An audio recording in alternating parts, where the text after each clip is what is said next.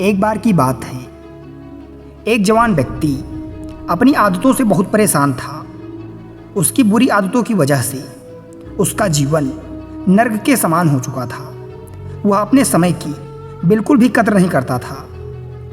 बस फालतू के कामों में अपना पूरा दिन यूं ही बर्बाद कर देता था।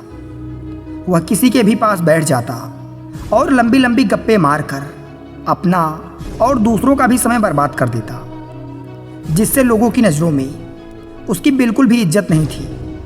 वह आलसी और कामचोर भी था।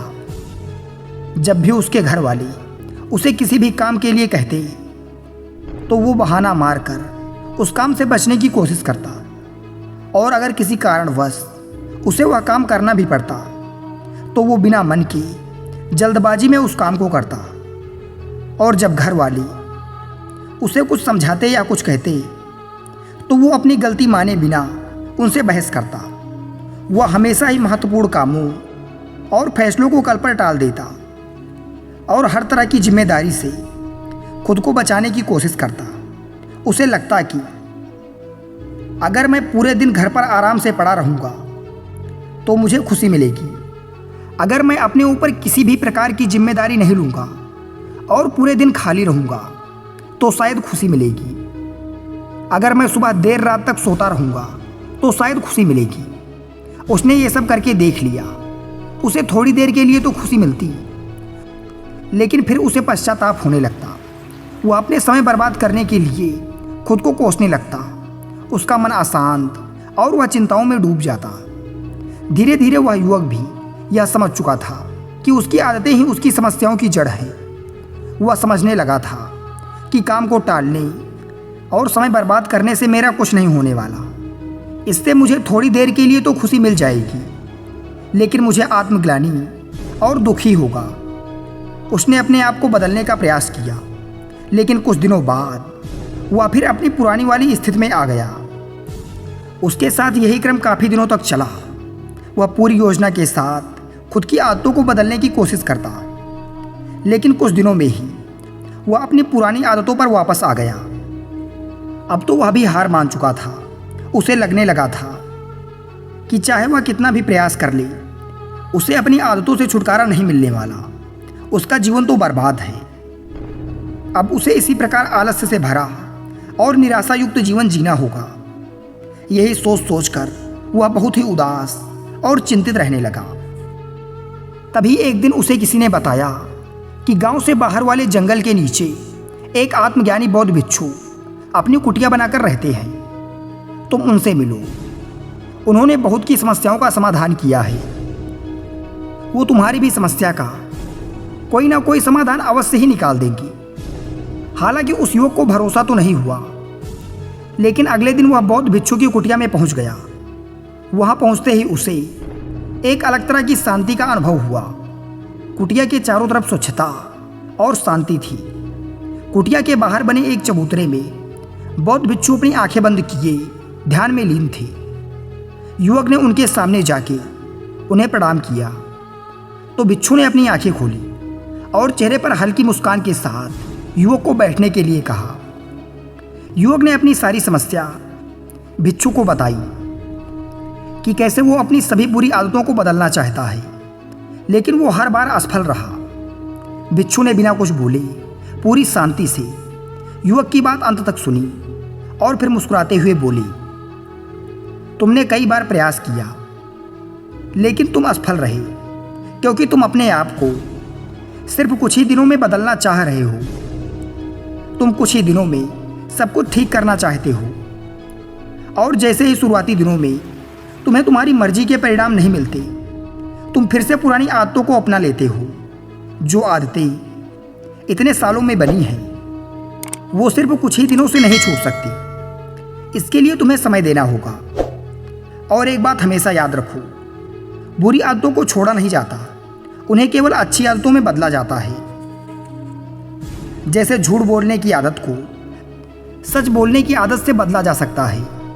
फिर बौद्ध भिक्षु ने गंभीर होकर कहा, आज मैं तुम्हें 5 ऐसी आदतों के बारे में बताने जा रहा हूँ, जिसे अगर तुमने अपना लिया तो तुम्हारी पुरानी आदतें तो छूट जाएंगी। साथ ही ये 5 आदतें तुम्हारी जिंदगी को चमत्कारिक रूप से बदल कर रख देंगी। युवक ने बहुत ही उत्साहपूर्वक बिच्छू से उन 5 आदतों के बारे में बताने के लिए कहा। बिच्छू ने कहना शुरू किया। पहली आदत, किताबें पढ़ना। दुनिया के सारे प्रश्नों के उत्तर किताबों में छिपे हैं, क्योंकि आज जो प्रश्न तुम्हारे मन में उठ रहे हैं, आज से पहले बहुत से लोगों के मन में भी वही प्रश्न उठ चुके हैं। और उनमें से कुछ लोगों ने उन प्रश्नों के उत्तर खोजे और उनमें से कुछ लोगों ने उन उत्तरों को किताबों में लिपिबद्ध कर दिया।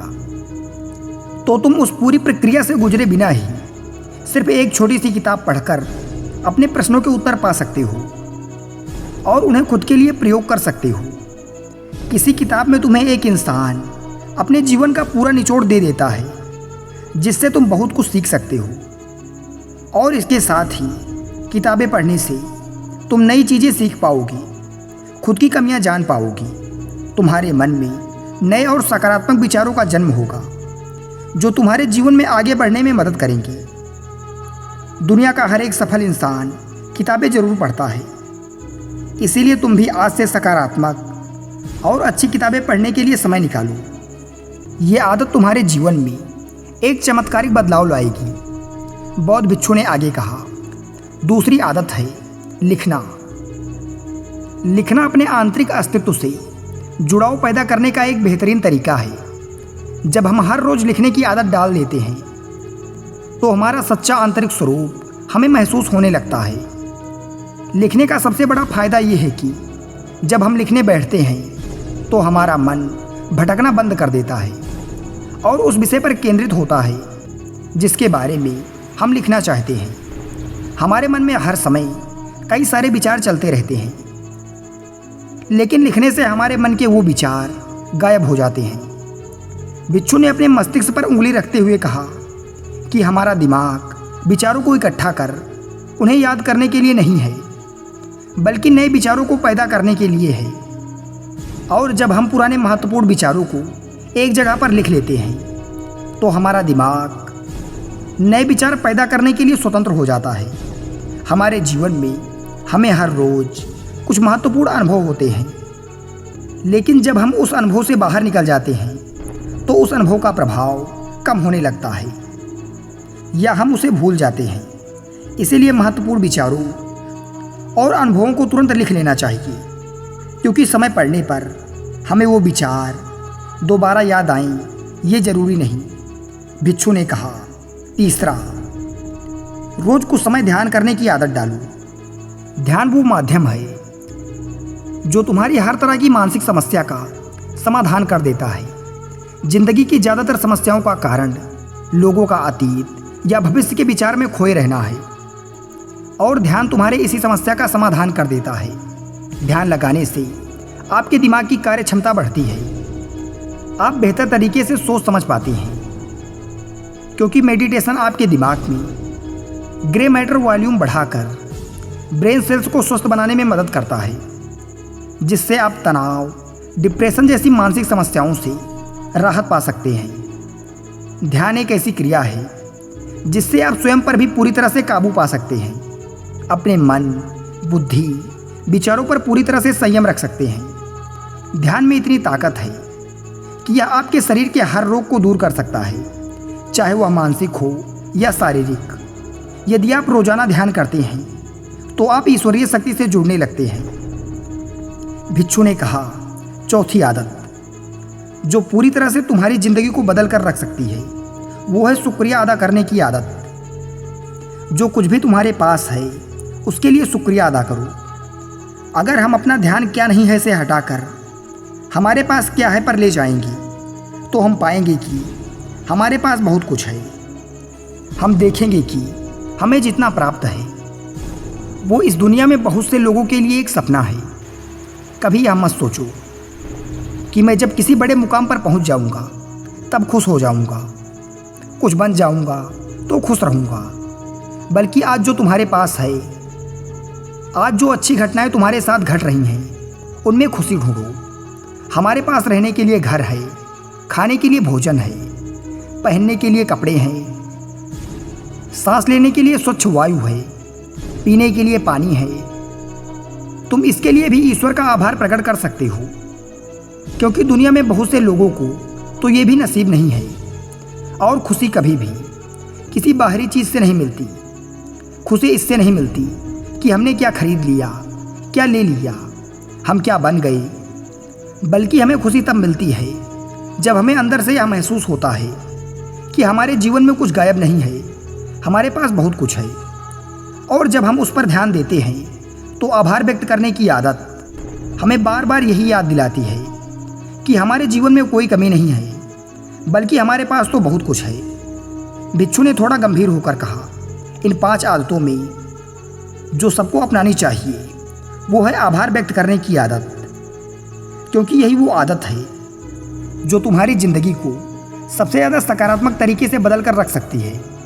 भिक्षु ने कहा, 5वीं आदत, जो तुम पाना चाहते हो उसके बारे में पूरे विश्वास के साथ सोचना शुरू कर दो। तुम विचार करो कि वो चीज़ तुम्हें मिल गई है, फिर तुम कैसा महसूस करोगी, कैसा व्यवहार करोगी।